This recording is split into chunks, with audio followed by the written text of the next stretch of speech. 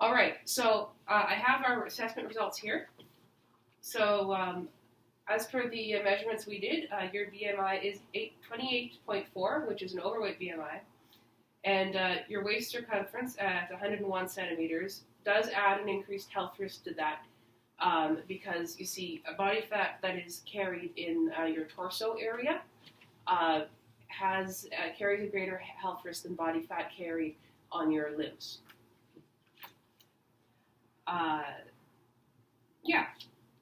So you're looking for an exercise program to get in shape and to lose some weight. Now, I'm going to say straight up that giving specific nutritional advice is out of my scope of practice, and that is a big component of weight management.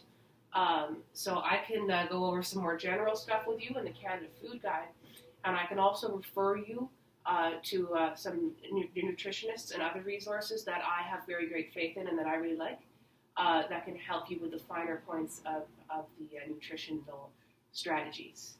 Okay. So first of all, we'll go through the Canada Food Guide because that is something I can do. Now, they recently changed it. What I like about the new food guide is that it really acknowledges that healthy eating and weight management are very highly individual things. And, it's not going to work for everyone to do, have 3 servings of this thing a day plus 2 servings of that thing.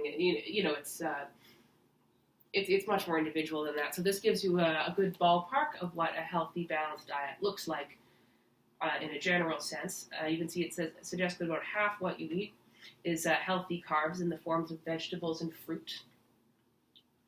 And then, about a quarter each of the rest of what you eat should be healthy, starchy carbs like, whole grains like rice and whole grain pasta, whole wheat bread, that kind of thing. And then healthy proteins and fats in the forms of, meat or eggs or beans or tofu or kind of whatever floats your boat. Okay.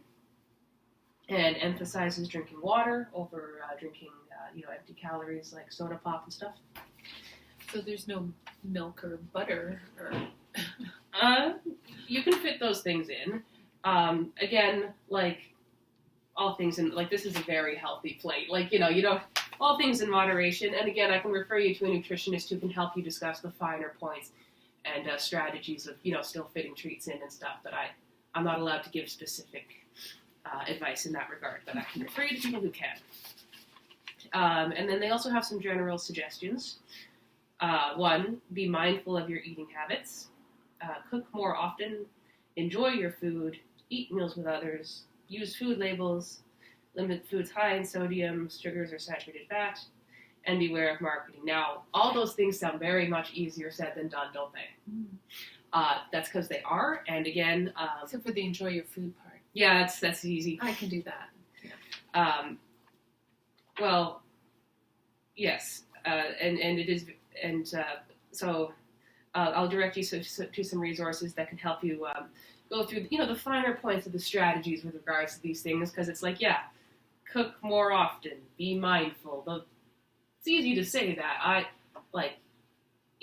In my personal life, I've spent a long time developing specific strategies, and it's an ongoing learning process for everybody. Okay. And if you have questions about reading food labels, I can also direct you to just some online instructional resources. That's pretty simple. Okay.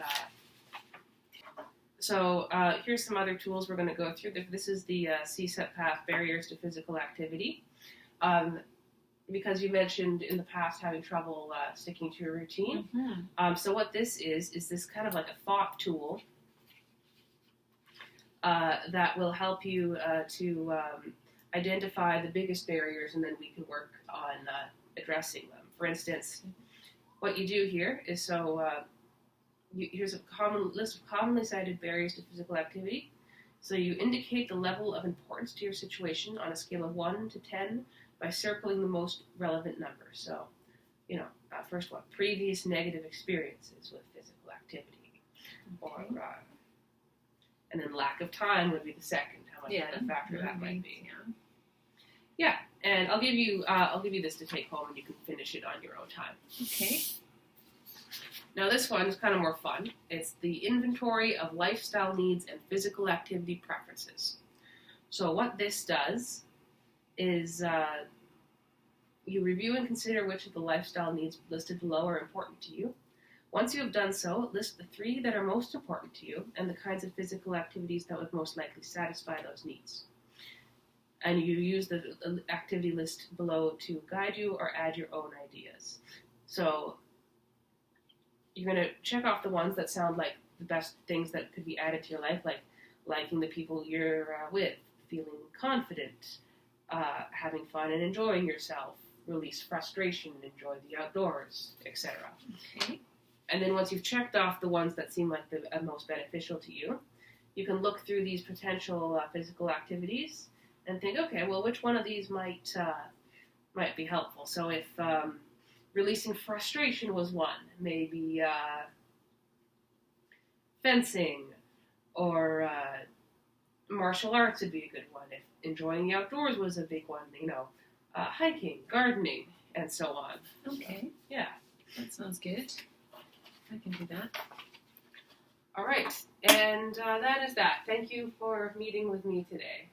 My pleasure. Thank you.